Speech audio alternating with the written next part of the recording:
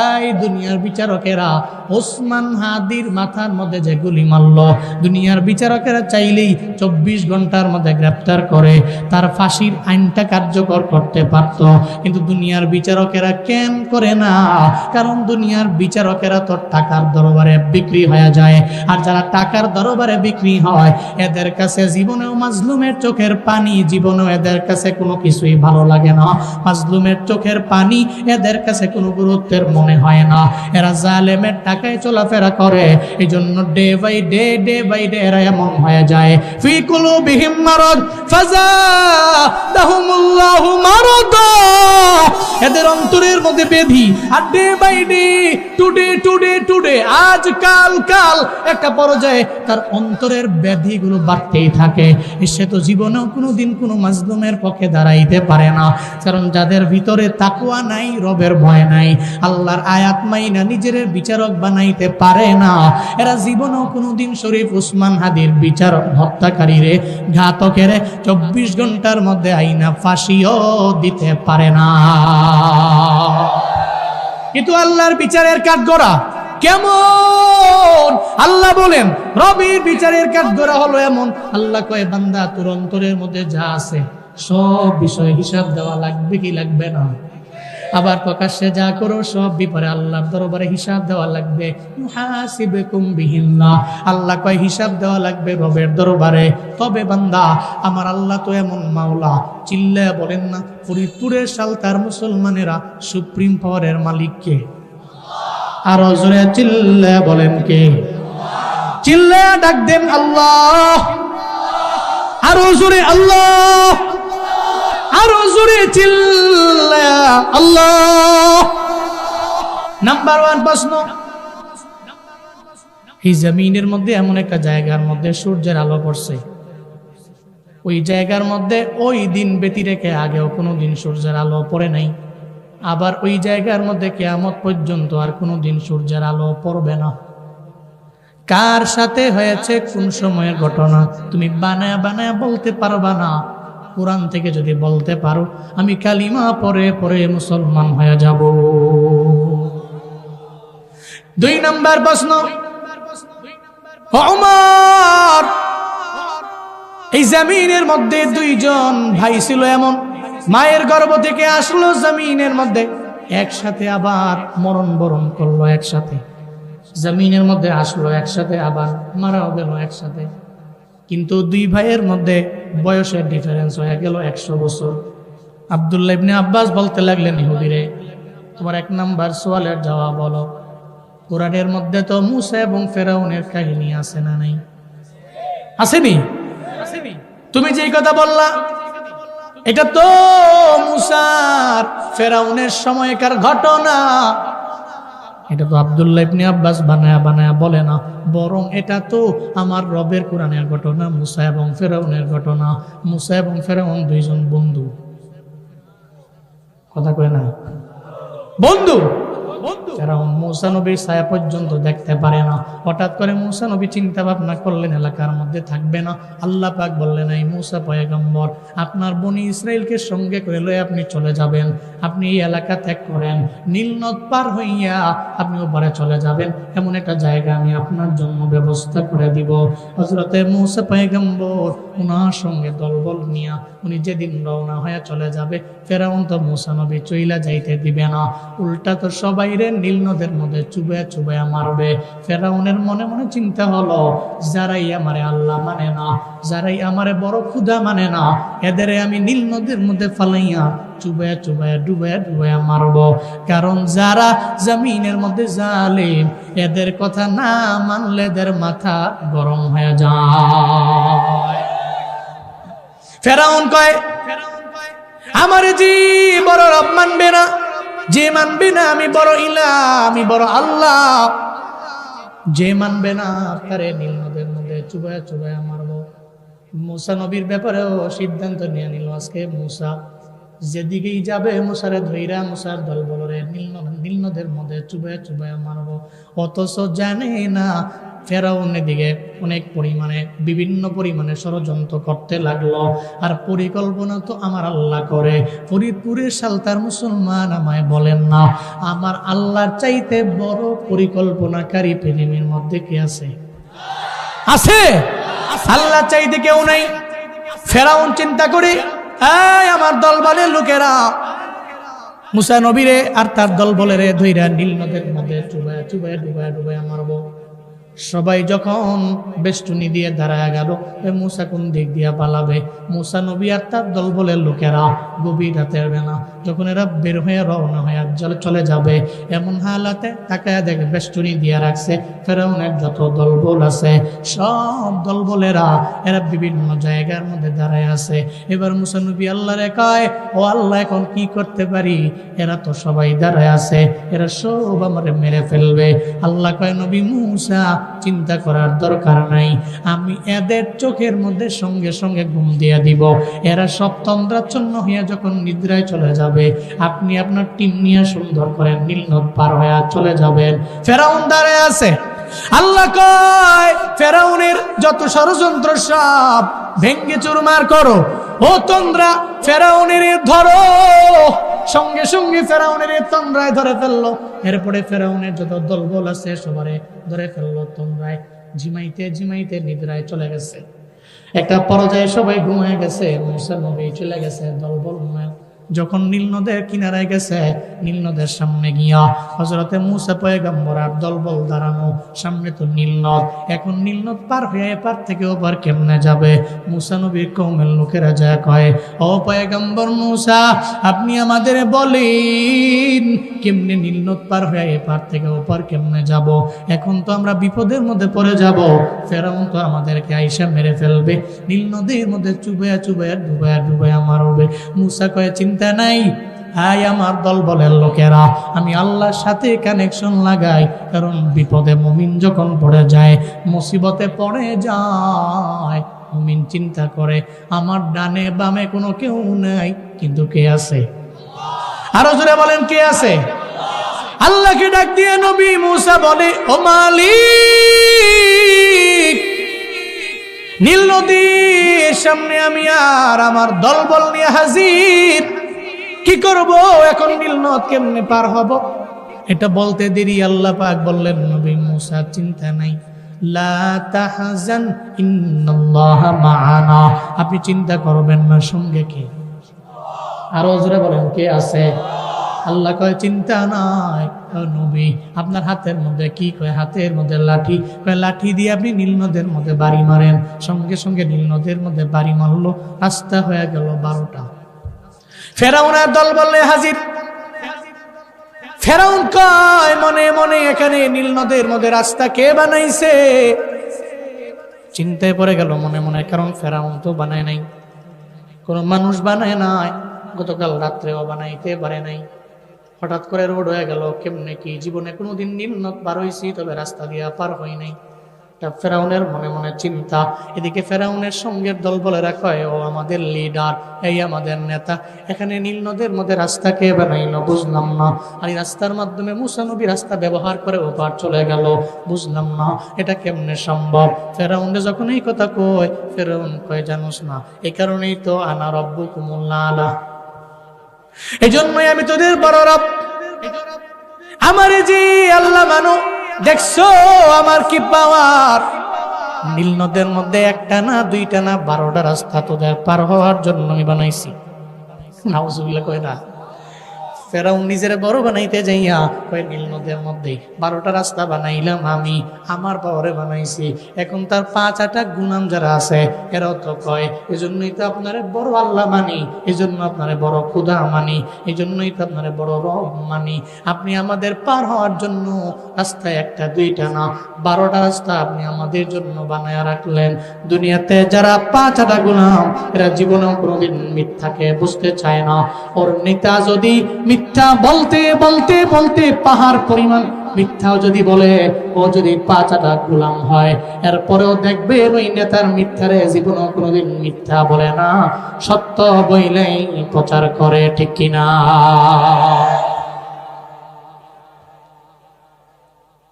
কিন্তু বাস্তবতা তো অন্য। মিথ্যা বললি, আমার লিডার বললি, আমার লিডার মিথ্যাবাদী, এই চিন্তা নিয়ে ঢুকানো লাগবে। কিন্তু আমার দেশের এমন কথা, আমি যেই পীরের মুরিদ, ওই পীর যদি কোনো অন্যায় করে জীবনেও এটা বলা যাবে না। আমি যেই দল করি, ওই দলের নেতা যদি কোনো খারাপ কাজ করে, তাহলে জীবনেও এটা বলা যাবে না। আমরা এমনভাবে সাফাই গাইতে গাইতে গাইতে এমন একটা পর্যায়ে নিয়ে যাই, এমন একটা হালাতে নিয়ে যাই, সাফাই গাইতে গাইতে এমন একটা উচ্চ শিখরের মধ্যে নিয়ে যাই, দেখা যায় যে মিথ্যাবাদী, যে মিথ্যা কথা বলে, মিথ্যা বলে, ওই মিথ্যাকেও সত্যতে কনভার্ট করার চেষ্টা করে। আছে না নাই? আছে না নাই? অথচ আমার দেশের লোকেরা, যদি আমি একজনকে ফলো করি, তার তো, সে তো মানুষ, তার ভুল হওয়া, সে মিথ্যা বলা, তার ভিতরে লোভ কাজ করা ন্যাচারাল।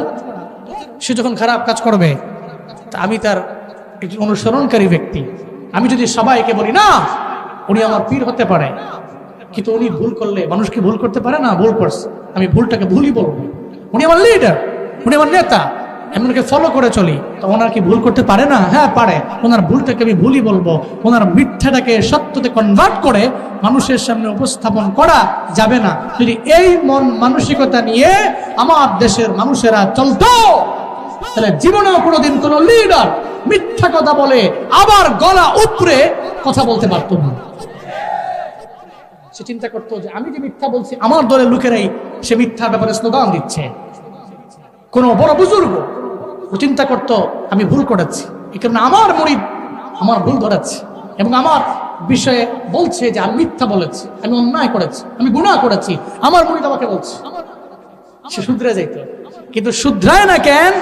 দেখতেছে ডান বামে সামনে পেছনে বহুত সাফাই গাওয়ার মতো লোক আছে, এই চিন্তা করে শুধরায়। হযরত মাওলানা কারি জুবায়ের আহমদ তাশরীফ, আমার ভাই চলে আসছে। আপনারা সবাই বলেন আলহামদুলিল্লাহ, আরো জোরে পড়েন আলহামদুলিল্লাহ। খুশি না বেজার? কারা কারা বেজার? কারা কারা খুশি? মাশাআল্লাহ, আল্লাহ পাক কবুল করেন। পড়েন আমিন। আমাদের কালকে আমার প্রোগ্রাম ছিল সুনামগঞ্জে, ওর প্রোগ্রাম ছিল মৌলভীবাজারে। তা আমি সুনামগঞ্জের প্রোগ্রাম শেষ করছি রাত 2টায় শেষ করে আমি সারাদিন লাগে ঘুমাইছি মাত্র 2 ঘন্টা, বের হয়ে গেছে। কিন্তু আমার জীবনে স্মরণকালের সর্বশ্রেষ্ঠ ঢাকার জ্যাম পাইছি আমি আজকে। আমি কোনোদিন এমন জ্যাম পাই নাই। উত্তরা থেকে বের হয়েছি, পুরাটা ঢাকায় আমার সময় গেছে 3-4 ঘন্টা। এত সময় তো লাগে না, 1.5 ঘন্টা লাগতে পারে, 2 ঘন্টা লাগতে পারে, 2.5 ঘন্টা লাগতে পারে, কিন্তু 3-4 ঘন্টা শুধু ঢাকার ভিতরে আমি খালি ঘুরতেছি, এদিকে ডানে যাই, এদিকে ভাবি যাই, পাগলের মতো হয়ে যাচ্ছে। তো এসেও সেম তাশরিফ ছিল বিবারিয়ায়, কালকে আমার বলতেছে বিবারিয়া থেকে যাও। আমি কি না, বাসায় যাও, বাসা থেকে বের হবো। সেও বিবারিয়া থাকছে, লেট হয়ে গেছে, বিশাল বড় জ্যাম। এখন যানজটের কারণে পড়লে ঝামেলা তো হয়।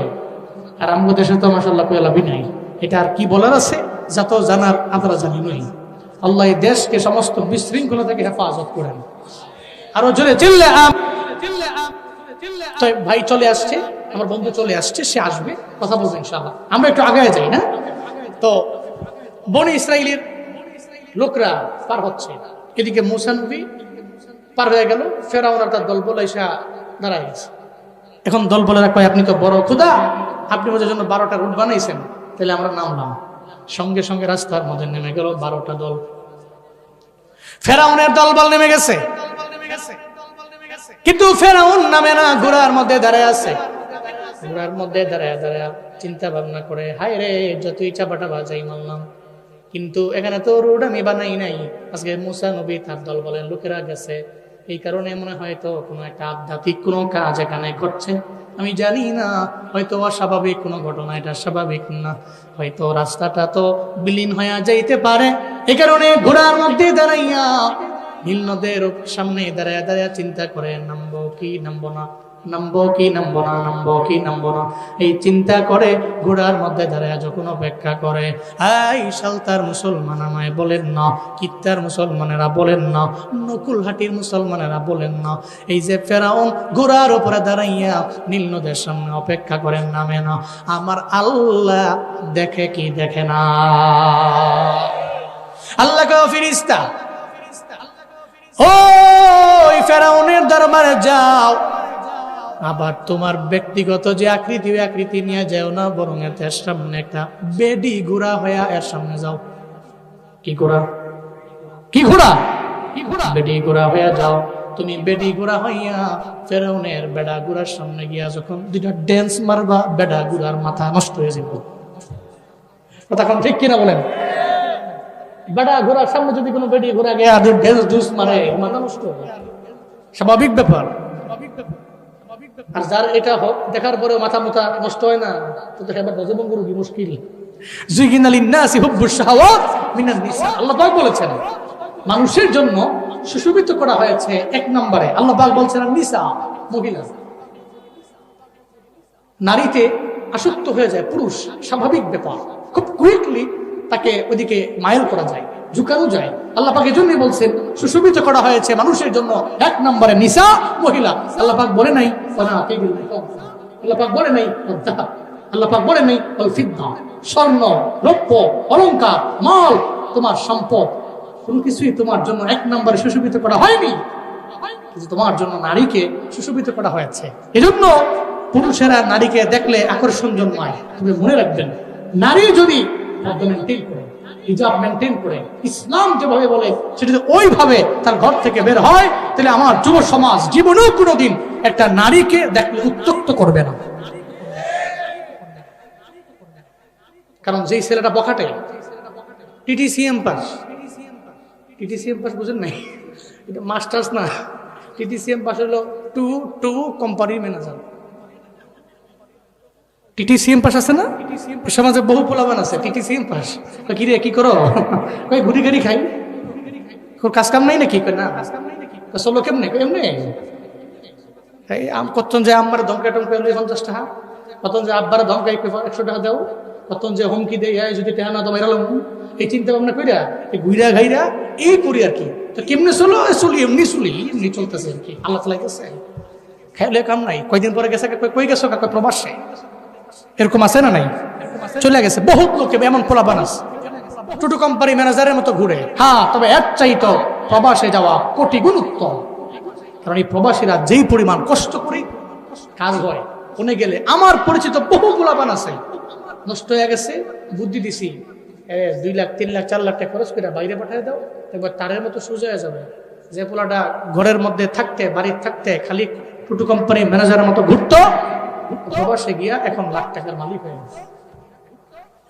আল্লাহ আমাদের প্রবাসী ভাইদেরকে ভালো রাখেন, সুস্থ রাখেন। চিল্লা পড়েন আমিন। আপনারা রাগ করতেছেন না তো? আচ্ছা, তো বেডা ঘোড়ার সামনে বেডি ঘুরে নাচ দিয়া ড্যান্স দিতেছে কঠিন ভাবে। যখন কঠিন ড্যান্স মারতেছে, এখন তো ফেরাউনের যে বেড়া ঘোড়া, এত মাথা নষ্ট। মূলত এটা তো বেডি ঘোড়া না, এটা ফেরেশতা। আল্লাহ কইছে তুই খালি বেডি ঘোড়া মতো ভাবলে যাবি আর কি। ফেরাউন তো তার লাগাম ধরে রাখতে পারতেছে না, এদিকে বেড়া ঘোড়া মাথা নষ্ট। ফেরাউন তো নামিস না, ফেরাউন চায় না যে রাস্তায় নামবে, কিন্তু ঘোড়াই তো চায়, সামনে তো ঘুরি আছে রাস্তার মধ্যে, নামতে তো মন চায়। এদিকে ফেরাউন 12 বার ধমক দিয়েও রাখতে পারে না, সঙ্গে সঙ্গে বেডি ঘোড়ারে ফলো করতে লাগলো, লাফ দিয়ে রাস্তার মধ্যে নেমে গেছে। চিল্লে বলেন খেলা কাদের কুদরতদারি বরং কামাল আনতা রব্বি আনতা হাসবি যুল জালাল তুহি কাদের জলিলুল্লাহ জাহাদা বহর হালে তুহি মেরা নগহদার। আল্লাহ পাকের কুদরত। ফেরাউন তো নামতে চায় না, আল্লাহ নামায়া দিলেন। ফেরাউন নেমে গেল। এখন তো ঘোড়াও দৌড়ায়, সামনে ঘুরি দৌড়ায়, ঘুরায় চায় ঘুরিরে দৌড়বে, কিন্তু ধরতে পারে না। কারণ এটা তো দুনিয়াবি কোনো ঘুরি না, এটা তো আমার মাওলার খেলা, এটা আমার মাওলার কুদরত। ওই ঘুরি তো ফেরেশতা, ঘুরিও দৌড়ায়, ঘোড়াও দৌড়ায়। ফেরাউন কয় যাইস না রে, আমারে মাইরা লাইস না, যাইস না, যাইস না। কিন্তু ঘোড়া তো মানে না, ঘোড়া তো ঘুরের পেছনে দৌড়ায়। যখন নীল নদের মাঝে গেল, আল্লাহ কয় এই ফেরেশতা লাগবে না, তোর দ্বারা যে কাজ করার আমি আল্লাহর হয়ে গেছে রে, আয় না এখন আবার ফেরেশতাদের আকৃতিতে তুই আবার সব ফেরেশতাদের সঙ্গে মিলিয়া যাও। সঙ্গে সঙ্গে নিয়ে চইলা গেল, ফেরেশতাদের মতো আকৃতি হয়ে গেল, ফেরেশতাদের মতো হয়ে গেল সৌরাত, সে আগের মতো হয়ে গেছে, চইলা গেছে। হঠাৎ করে বেটা ঘুরায় দেখে সামনে বিড়ি ঘুরাও নাই। এদিকে ফেরাউন মনে মনে কয় কামড়া কি হইল, কই গেছে, কই উড়াল দিছে, কামড়া কি হইছে, চিন্তায় পড়ে গেছে, টেনশনে পড়ে গেছে। তখন তো আমার আল্লাহ পাক রব্বুল আলামিন কয় ফেরাউন তোর খেলা শেষ। আল্লাহ পাক রব্বুল আলামিন সঙ্গে সঙ্গে যেই 12টা রাস্তা, এই রাস্তা তো আমার আল্লাহই তো বানাইলো। মুসা নবীর লাঠির পরে আল্লাহ পাক বানাইলেন। আল্লাহ পাক বলে দিলেন এই নীল নদের পানি আর এই নীল নদের মধ্যে 12টা রাস্তা লাগবে না। যেই 12টা রাস্তাই হয়েছিল ওই 12টা রাস্তা তো মুসা নবী কাজে লাগায় চলে গেছে। ফেরাউনের জন্য, ফেরাউনের দলবলের জন্য আমি বানাই নাই। ফেরাউন তো পার হতে পারবে না, তুমি নীল নদের মধ্যে চুবায় চুবায় মারমু।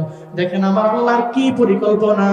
ফেরাউন রে যারা মানতো না, আল্লাহ মানতো না, এদের নীল নদের মধ্যে নিয়ে চুবায় চুবায় ডুবায় ডুবায় মারতো। আল্লাহ কয় ফেরাউন রে আমি তো তোর আল্লাহ, আমি তোর রব, তোরে যারা মানতো না তুই নীল নদে মারতি, আর তুই আমারে মানলি না, আমি আল্লাহ তোরে ফেরাউনের মধ্যে তোরে নীল নদের মধ্যে চুবায়া মারব, নীল নদের মধ্যে তোরে ডুবায়া মারব। চিল্লা বলেন পরিকল্পনা কার? ওয়ামাকারু ওয়ামাকারাল্লাহ ওয়াল্লাহু খায়রুল মাকিরিন। চিল্লা জোরে পড়েন আল্লাহু আকবার। আল্লাহ পাক বলেন এরা চক্রান্ত করলো। ওয়ামাকারাল্লাহ, আল্লাহ পাক নিজে করলেন পরিকল্পনা। আল্লাহু খায়রুল মাকিরিন, আমার আল্লাহর চাইতে সর্বোত্তম পরিকল্পনাকারী এই পৃথিবীর মধ্যে কেউ আছে নাকি? আছে। আল্লাহর চাইতে বড় পরিকল্পনাকারী এই পৃথিবীর মধ্যে সেকেন্ড নাম্বার আর কেউ নাই। এবার ফেরাউন তো নীল নদের মধ্যে পইরা গেছে, নীল নদের মধ্যে পইরা চুবায় চুবায় ডুবায়, আর কে আল্লাহ আমারে মাফ করে দেওয়ার জীবনে করতে হবে না। এখন কি আর সময় আছে? আছে। টাইম তো আবার হয়ে গেছে। ফেরাউন রে নীল নদের মধ্যে চুবায় চুবায় ডুবায় ডুবায় কে মারছে? আব্দুল্লাহ ইবনে আব্বাস মনে আছে নি? উনি বলেন এই ইহুদি, এই যে ফেরাউন নীল নদের মধ্যে চুবায় চুবায় ডুবায় ডুবায় আল্লাহ মারছে, উনি তো রাস্তা এর আগেও জীবনে কোনোদিন হয়নি, কিয়ামত পর্যন্ত নীল নদের ওই পানিতে জীবনে কোনোদিন আর রাস্তা হবে নাকি? রাস্তাও হবে না। রাস্তাটা হওয়ার পরে, এই পানি শুকিয়ে রাস্তা হওয়ার পরে তলদেশে সূর্যের কিরণ যেদিন ঢুকেছে, কিয়ামত পর্যন্ত আর ওই স্থানে সূর্যের আলো যাবে না। এটা ফেরাউন এবং মূসার কাহিনী, কোরআনের বর্ণনা। আমার কথা সঠিক না ঠিক? ইহুদি কয় তুমি সত্য বলেছ। সুবহানাল্লাহ জোরে পড়বেন না? নাম্বার 1 প্রশ্নের উত্তর দিয়েছি। 2 নাম্বার তোমার প্রশ্নের জবাব নাও। তুমি বলেছো মায়ের গর্ভ থেকে বের হয়েছে একসাথে, আবার একসাথেই মৃত্যুবরণ করেছে। 2 ভাই, সহোদর ভাই, আবার 2 একসাথে আসলো, একসাথে বিদায় দিল, কিন্তু ডিফারেন্স কয় বছরের? কেমনে সম্ভব? এটাও কোরআনে আছে। সুবহানাল্লাহ পড়ে না? এটাও কোরআনে আছে। কোরআনে নাই এমন কিছু আছে নাকি? আমি আপনার জীবন চালাইতে কোরআন যথেষ্ট। সুবহানাল্লাহ পড়বেন না? সমাধান চাও যদি জীবনে মরণে, ফিরে যাও খুঁজে নাও চোখ রাখো কোরআনে। সমাধান চাও যদি জীবনে মরণে, ফিরে যাও খুঁজে নাও চোখ রাখো কোরআনে। তবেই পাবে সুখ শান্তির ঠিকানা, তবেই পাবে সুখ শান্তির ঠিকানা, যদি মেনে নাও তুমি মনে প্রাণে। সমাধান সমাধান চাও যদি জীবনে মরণে, ফিরে যাও খুঁজে নাও চোখ রাখো কোরআনে। কন্যা সমাধান চাও যদি জীবনে মরণে, ফিরে যাও খুঁজে নাও চোখ রাখো কোরআনে। তবেই পাবে সুখ শান্তির ঠিকানা, তবেই পাবে সুখ শান্তির ঠিকানা, যদি মেনে নাও তুমি মনে প্রাণে। সমাধান সমাধান চাও যদি জীবনে মরণে, ফিরে যাও খুঁজে নাও চোখ রাখো কোরআনে। ফিরে যাও খুঁজে নাও চোখ রাখো কোরআনের। এ বাণী সকলের নয় শুধু মুমিনের, যারাই মেন বানবে কোরআন সুফল পাবে সকলের। মারহাবা। এবারে সকলের, শুধু মুমিনের না। এই দুনিয়া আর সেই দুনিয়া, এই দুনিয়া আর সেই দুনিয়া, শান্তি পাবে তুমি দোজাহানে। সমাধান সমাধান চাও যদি জীবনে মরণে, ফিরে যাও খুঁজে নাও চোখ রাখো কোরআনে। সমাধান চাও যদি জীবনে মরণে, ফিরে যাও খুঁজে নাও চোখ রাখো কোরআনে। সমাধান পেতে হলে আল্লাহর কোরআনের বিকল্প আছে?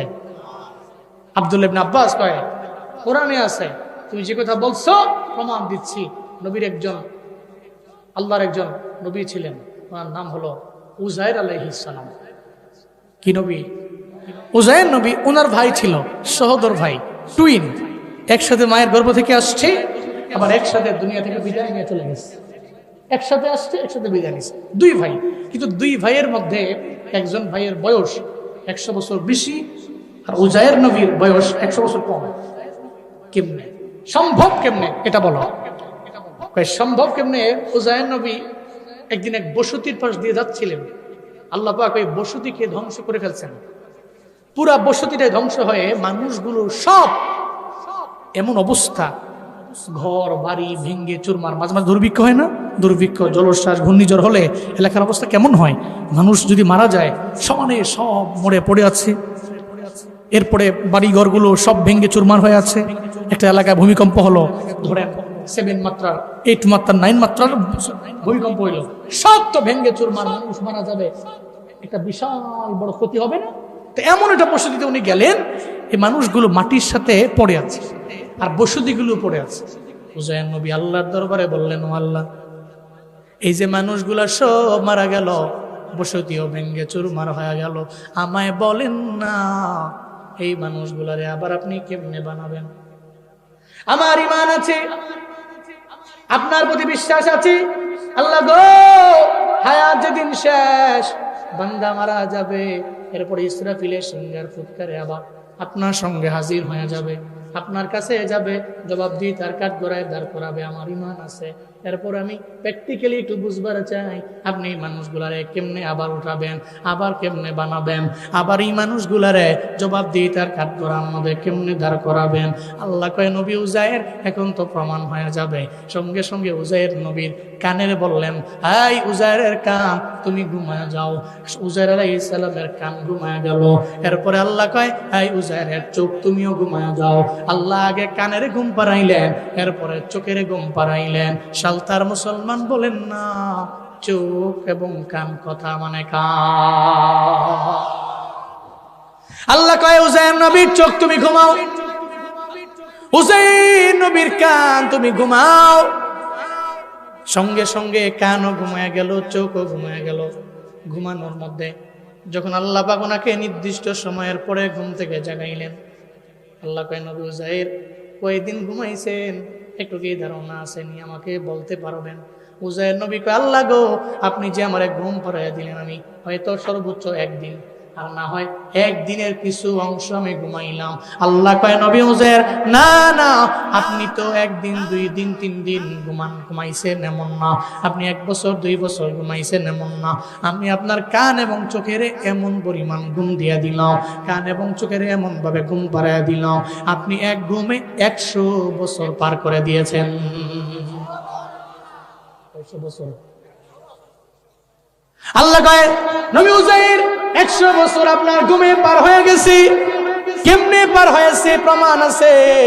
একটু যান, একটা জায়গার মধ্যে তো আপনার ঘোড়াটারে আপনি বাইন্দা রাইখাইছেন, দেখেন ওই ঘোড়ার কি হালাত। উজাইর নবী যায় দেখে যে এই জায়গার মধ্যে ঘোড়াটাকে বাইন্দা আসছে, ওই ঘোড়াটা নাই। এমনকি ওই ঘোড়াটা ময়রা পইচা গেছে, ঘোড়ার হাড্ডি পর্যন্ত মাটির সঙ্গে মিশে গেছে। হুসাইন নবী অবাক হয়ে গেল, ও আল্লাহ, এখন আমি চলবো কি করে? আমার ঘোড়া তো মইরাও গেল, আবার পইচাও গেল, আবার এই ঘোড়ার যত হাড্ডিগুলো আছে মাটির সঙ্গে মিশে গেল। এখন আমি কেমনে কি করব, আমায় বলেন না। আল্লাহর দরবারে বলতে লাগলেন বারবার। আল্লাহ কই, নবী হুসাইন চিন্তা নাই, এবার আবার যান, আপনাকে আমি পরীক্ষা করবার চাই। আপনার সঙ্গে যেই থলে ছিল, ওই থলের মধ্যে তো আপনি আঙ্গুর ফল রাখছিলেন, ওখানে যা দেখেন না আঙ্গুর ফলটা কি বাইচা আছে না মইরা গেছে। হুসাইন আলাইহিস সালাম যা দেখে থলের মধ্যে যে আঙ্গুর ফল রাখা, উনি ঘুমায়া গেছিল, ওই থলের আঙ্গুর ফল যেমনি রাখছে তেমনি আছে, বিন্দু মাত্র পরিমাণে একটা আঙ্গুরও মরে নাই। চিল্লা পড়া যাবে কি সুবহানাল্লাহ। হুসাইন নবী অবাক হয়ে গেলেন, এটা কেমনে সম্ভব, কেমনে সম্ভব, এটা কেমনে পসিবল? আমার ঘোড়াটা মইরা পইচা মাটির মধ্যে মিশে গেল, কিন্তু অপরদিকে আমার আঙ্গুরগুলো একটাও তো মরে নাই, পচে নাই। আর মানে বোঝা গেল সুপ্রিম পাওয়ারের মালিককে, ক্ষমতার মালিককে। আল্লাহ যারে চায় ওই বান্দারে আমার আল্লাহ ক্ষমতাচ্যুত করতে পারে, আল্লাহ যারে চায় না আমার আল্লাহ ওই বান্দারে বাঁচায় রাখে। আমার আল্লাহর হাতে ক্ষমতা, আমার আল্লাহর হাতে পাওয়ার, আমার আল্লাহর হাতে শক্তিরে বান্দা। এই জন্য আজকে থেকে নিয়ত করে নিবেন, সুপ্রিম পাওয়ারের মালিক আমার আল্লাহ। এই চিন্তা করে আগাবেন। 3 নাম্বারটা বাকি আছে, ইন ফিউচারে আসলে বলবনি। 2টা প্রশ্নের জবাব হয়ে গেছে। ওই যে হুসাইন নবী ঘুমায় গেছে, ঘুমের মধ্যে 100 বছর চলে গেছে, ওনার বড় ভাই হয়ে গেছে, যমজ ভাইটা বড় ভাই, উনি হয়ে গেছে ছোট ভাই। একসাথে দুনিয়ার মধ্যে আসছে, আবার একসাথে বিদায় নিয়ে চলে গেছে। একসাথে দুনিয়া আসলো, বিদায় নিয়ে চলে গেল, কিন্তু দুইজনের মধ্যে বয়সের ডিফারেন্স হয়ে গেল 100 বছর। ইহুদি তুমি বলো না, আমি তোমার বলার পরে এখন তুমি বলো না তোমার প্রশ্নের জবাব তুমি পাইছো কিনা। ইহুদি কয়, আব্দুল্লাহ ইবনে আব্বাস, তুমি যেই জবাব দিলা তোমার জবাব পরিপূর্ণ সত্য হয়ে গেছে। তোমার প্রথম প্রশ্নের জবাব সত্য হলো, দ্বিতীয় প্রশ্নের জবাব সত্য হয়ে গেল। এর মানে বোঝা গেল সুপ্রিম পাওয়ারের মালিক আমার আল্লাহ। এখন তুমি আমারে পড়াইয়া দেও, আমি আর ইহুদি থাকতে চাই না, আমি বেদিন থাকতে চাই না, আমি অন্য ধর্মের থাকতে চাই না, আমারে পড়াইয়া দেও লা ইলাহা ইল্লাল্লাহ মুহাম্মাদুর রাসূলুল্লাহ সাল্লাল্লাহু আলাইহি ওয়াসাল্লাম। সুপ্রিম পাওয়ারের মালিককে ফায়াগফিরু লিমান ইয়াশা ওয়া ইউআযযিবু মান ইয়াশা। আল্লাহ চাইলে যে কোনো ব্যক্তিরে ক্ষমা করে দিতে পারে, আবার আল্লাহ চাইলে আযাবে গ্রেফতার করতে পারে। আল্লাহু আলা কুল্লি শাইইন কাদির, উনি সব কিছুর উপরে ক্ষমতাবান। আজকে থেকে নিয়ত করেন, যিনি সে পাওয়ারের মালিক, ওনাকে ডাকবো, ওনাকে স্মরণ করব, ওনার জিকির করব। পারবো না ইনশাআল্লাহ? ওনার আদেশ অনুযায়ী নিজের লাইফ লিড করব, নিষেধ থেকে নিজেকে বিরত রেখে একটা খুলুকে হাসানের যে একটা সুন্দর আখলাকের জিন্দেগি আমরা তৈরি করব ইনশাআল্লাহ। আল্লাহ কবুল করেন, সকলে পড়েন আমিন। আর একটা সন্তান হলেও মাদ্রাসায় পড়া, এটাকে হাফেজ আলেম বানায় মানুষের মতো মানুষ করে গড়ে তুলবো, অন্তত পক্ষে আমাদের জানা যায়, যাতে আমাদের সন্তান লাশটাকে সামনে রেখা জানা যায় কি করতে পারে। এবং একেবারে লাস্টে কবরের মধ্যে দেওয়ার পরে মুনাজাত ধইরা রবের দরবারে সহি শুদ্ধ কইরা তিলাওয়াত কইরা রবের দরবারে কান্নাকাটি কইরা একটু জিয়ারা করতে পারে। একটা সন্তানকে মাদ্রাসায় দিতে পারবো না ইনশাআল্লাহ? পারবো না ইনশাআল্লাহ? আল্লাহ কবুল করেন, মঞ্জুর করেন। আল্লাহ এই মাদ্রাসাকে দ্বীনের মারকাজ হিসেবে কবুল করেন। এই মাদ্রাসার শুরু লগ্ন থেকে নিয়ে আজ পর্যন্ত যত তুলাবা, যত আসাতিজায়ে কেরাম, আল্লাহ প্রত্যেককে কবুল করেন, পড়েন আমিন। দেনি সবাই আবু এলাইছে, কি সুন্দর কইরা ভালোই তো লাগতেছে, জোরে কোন মারহাবা। এই যে বাজানো আয় পড়ছে, তাশরিফ আয় পড়ছে, আমিও বয়ে পড়ছি, রায়ানও বয়ে পড়ছে, সুন্দর লাগতেছে না? আল্লাহ কবুল করেন, আরো জোরে পড়ে না আমিন। আমাদের এই একসাথে হওয়াটা মানে এটা সবসময় তো হয় না, সবাই খুব হেভি ব্যস্ত। গত 3-4 বছর আগে যাই মোটামুটি হইতাম, গত 1 বছরে 3-4 বার এভাবে মাহফিলের মধ্যে এভাবে আমাদের হয়। এবছর আবার এবছর প্রথম আমাদের এই মাহফিলের স্টেজে আমরা একসাথে বসতে পেরেছি। ব্যস্ততা সবার, আপনারা দোয়া করেন যাতে আল্লাহ এই বন্ধনকে মৃত্যু পর্যন্ত অটুট রাখেন। আমিন পড়েন না? আল্লাহ আমাদের দ্বীনি খেদমতগুলোকে কবুল করে নেন। রায়হান তো অলরেডি পরিবেশন করে ফেলেছেন, বাজানো বলে ফেলছে। এখন জুবায়ের আহমদ তাশরিফ কথা বলবে ইনশাআল্লাহ। এরপরে আপনাদের যিনি মূল আকর্ষণ আমাদের প্রিয় ভাই বিশিষ্ট আলোচক ভাই চলে আসছেন, আব্দুর রহিম আল মাদানী হাফিজাহুল্লাহ তাআলা ওয়া রাআ। আমার ভাই আসবে, বয়ান শোনাবে একবারে দোয়া দিয়া, এরপরে আমরা সবাই বাড়িতে যাব ইনশাআল্লাহ। বলেন ইনশাআল্লাহ। আল্লাহ পাক এই মাহফিল কবুল করেন। আমার আতাউর রহমান ভাই পরিশ্রম করেছেন অ্যামাউন্ট দেওয়ার মাধ্যমে, অর্থনৈতিক, শারীরিক, মানসিক অনেক প্রেশারে গেছে। উনিও তো অনেক ভয় পাইছিল মনে মনে, আরে হুজুরা কই আছে না আছে। যাক, এটা আলহামদুলিল্লাহ, এটা নসিবে ছিল, এমনই হয়েছে। এরপরে তো আল্লাহ পাক আনছেন, সফল করছেন, আলহামদুলিল্লাহ। আল্লাহ কবুল করেন। আসসালামু আলাইকুম ওয়া রাহমাতুল্লাহি ওয়া বারাকাতুহু।